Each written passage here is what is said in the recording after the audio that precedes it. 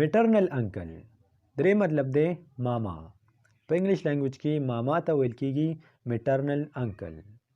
دلته په یاد ساتئ انکل تره ته ویل کېږي ماما ته ویل کېږي. خو کله چې دې سره میټرنل شي بیا د دې مطلب دی چې د مور د سایډه. د میټرنل څه مطلب دی؟ د دې مطلب دی د مور د سایډه. میټرنل انکل یعنی د مور رور کوم ته چې موږ ماما وایو. میټرنل انکل ویل کېږي ماما ته. همدغرنګې میټرنل آنټ یعنی د مور خور. میټرنل آنټ د مور خور یعنی ترور. میټرنل کزن درې مطلب دی د ماما زوی. میټرنل کزن څنګه چې ما تاسو ته مخکې وویل چې کزن د ترور زوی ته ویل کېږي، د ماما زوی ته ویل کېږي، د تره زوی ته ویل کېږي. خو کله چې تاسو ورسره میټرنل کوئ نو بیا د دې میټرنل مطلب دی چې د مور د سایډه یعنی د ماما زوی. نو کله چې تاسو میټرنل د آنټ نه مخکې وګورئ، انکل نه، کزن نه یا وغیره، نو د دې مطلب دی چې دا د مور د سایډه دي. اوس دلته پیټرنل انکل. د پیټرنل انکل مطلب دی تره. پیټرنل ویل کېږي د پلار د سایډه. پیټرنل انکل یعنی تره هغه کس کوم چې ستاسو د پلار رور وي. د پلار رور ته موږ تره وایو. په انګلیش کې ورته پیټرنل انکل ویل کېږي. د پیټرنل صرف دومره مطلب دی چې مطلب د پلار د سایډه.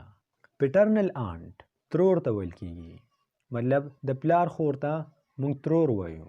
نو په انګلیش لینګویج کې ورته ویل کېږي پیټرنل آنټ یعنی ترور د پلار خور. پیټرنل کزن د تره زوی. پیټرنل کزن د تره زوی. د دې مطلب دی چې د پلار د سایډه که هغه ستاسو د تره زوی وي یا د ترور زوی وي. نو دا په یاد ساتئ. د میټرنل مطلب دی د مور د سایډه. د پیټرنل مطلب دی د پلار د سایډه. نیفیو وراره ته ویل کېږي او خورۍ ته هم ویل کېږي. دا لږ دپاره استعمالیږي. NEPHEW نیفیو. او دا تقریبا ما په مخکې ویډیو کې ویلي او په دې کې بیا وایم چې نیفیو وراره ته ویل کېږي او خورۍ ته هم ویل کېږي. نیس په انګلیش لینګویج کې نیس ورېرې ته ویل کېږي او خورزې ته هم ویل کېږي. NEICE نیس د دې مطلب دی ورېره یا خورزه.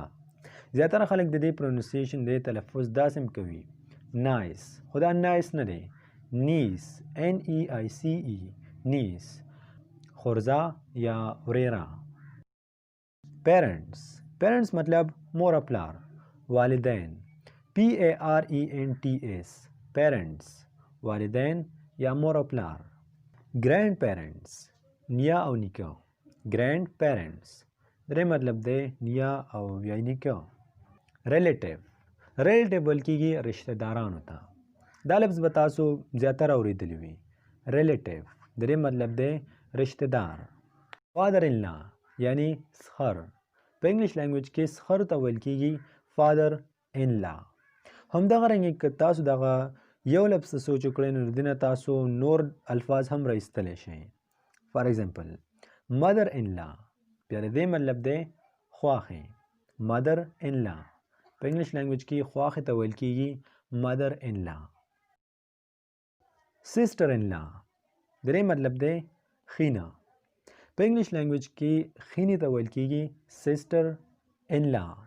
همدغه رنګې که تاسو د سسټر په ځای برادر ولګوئ یعنی برادر ان لا بیا د دې مطلب دی اوښې.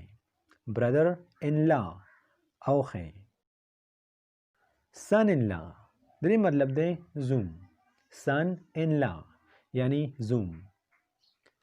ډاټر ان لا څنګه چې ما تاسو ته مخکې وویل چې ډاټر ویل کېږي لور ته.